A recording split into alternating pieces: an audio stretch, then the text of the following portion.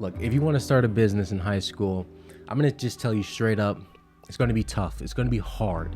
It's going to be one of the hardest challenges that you can make. But it is going to be one of the most rewarding and, dare I say it, one of the most life-changing decisions that you can make for the rest of your life. I'm going to share with you my experiences with starting a business, trying to maintain the business, trying to juggle business and schoolwork. You're probably gonna miss a lot of assignments, and that's how it usually is. You feel like, I'm starting a business, I don't need school, but that's only hurting you. Because if you can't manage school while doing your business, how do you expect to manage your business when you get older into the real world?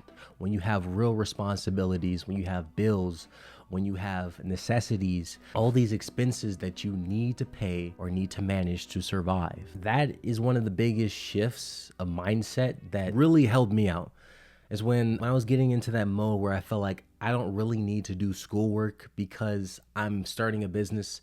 My business is going to take care of me and itself. I realized that I was not going to let that thought plant a seed in my mind. So I immediately took control of that thought. I flipped it around. I was like, you know what?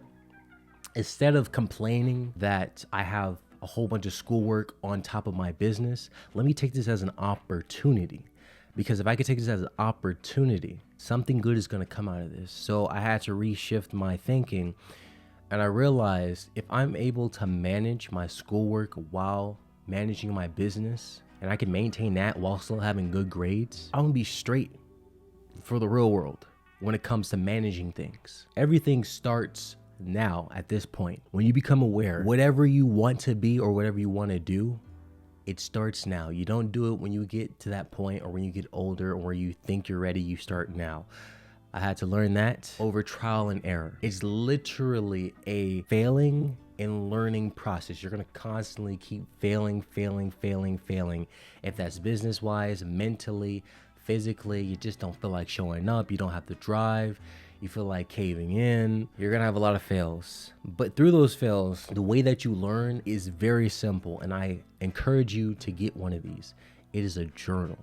Trust me, a journal is going to save you so much time and pain. A journal literally increases the speed it takes for you to learn your lesson because it allows you to sit there and think. See, if you're able to sit there and think, you're able to analyze the problem. You're able to analyze what caused the problem. How did this cause even begin to start? It allows you to backtrack, look at the steps it took, and then you can reverse that and then take steps within those steps to stop the problem from continuing happening. Now, when you have a journal and you're analyzing a problem, it's very, very simple. You don't have to overcomplicate it. All you really have to do is look at the problem for what it is up front. So if you have a problem with consistency, right? Say like videos, let's say posting on YouTube. You want to be consistent on YouTube. Why aren't you being consistent on YouTube? Look at this problem, then backtrack it. Okay, I'm having these kind of distractions. Social media is distracting me. I just feel super tired when I get home from school.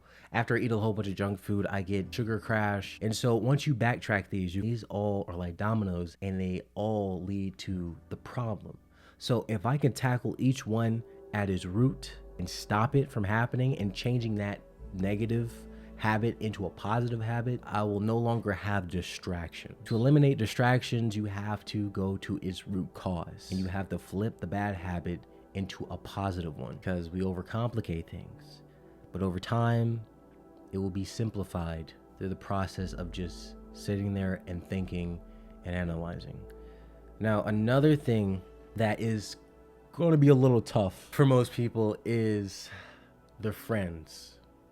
This is very tough for me. I don't know why. I'm just being honest here. It's very hard for me to detach from my friends. Not saying that, I'm obsessed with my friends or anything like that, but I've been conditioned or put into a situation where we're so habitual. Every single day, I just automatically hang out with these group of people. This right here is very crucial. If you get this down in high school, you'll be literally set for life in the business world.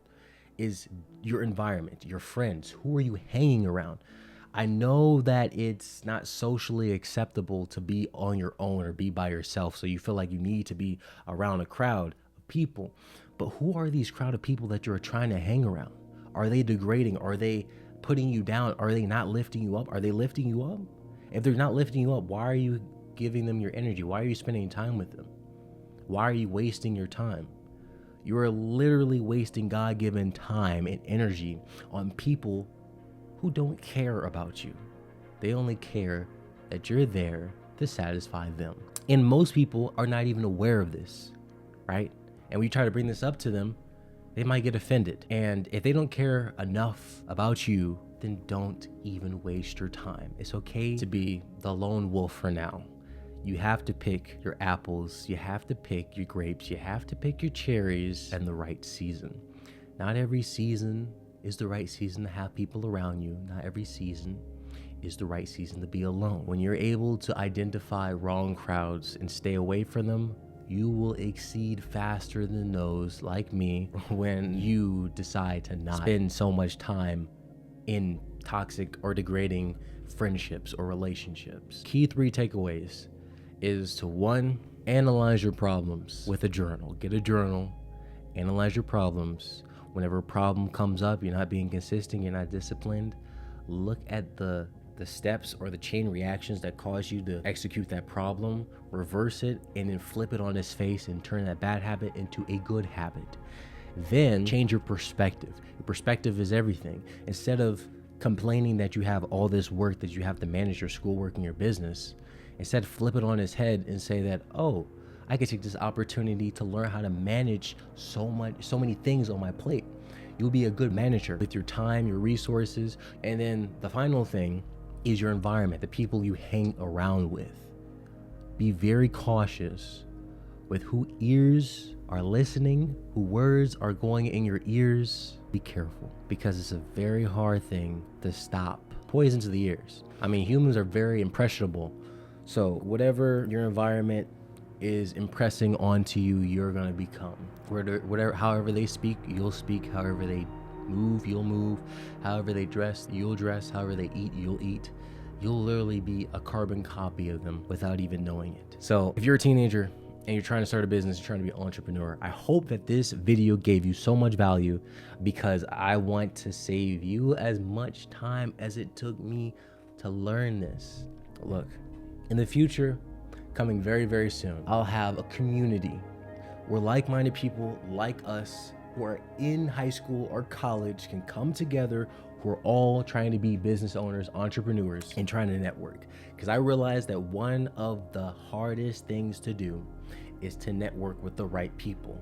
You don't want to be in the wrong environment. Like I said earlier, you want to be in the environment with people who uplift you, who can level you up.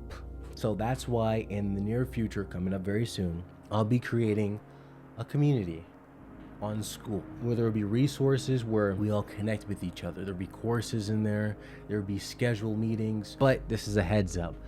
The community is not gonna be free. I know. All I'm just doing with the community is helping people connect with serious people. That's why it's paid. I really didn't want to add a price on it because I want to make this accessible to everybody, but not everybody is serious. So when you add a price on it, only the serious will buy, and the jokers will stay with the freebies. So if you're serious about connecting with other like-minded people and really want to take your business to the next level and really just speed up the process of networking, growing your business, building brotherhoods and connections, please stay tuned to when I drop my community on school. Trust me, you guys are gonna love it. And I appreciate you guys watching this video. I hope you guys got a lot of value from this. I hope that you take what I say and consider it. I want you to do your own research. Don't take my words as full truth. These are just my experiences, and based off my experiences, I apply it or match it up with greats, the biggest entrepreneurs, the billionaires, the millionaires, and I match it up with them to see if it matches up with theirs. I want you to do the same thing. I want you to fact check what I said to see if it was true, and so that you can make a conclusion for yourself if you want to take your business to the next level in this sort of way. Until then, I appreciate you guys. God bless, and you guys have a good day.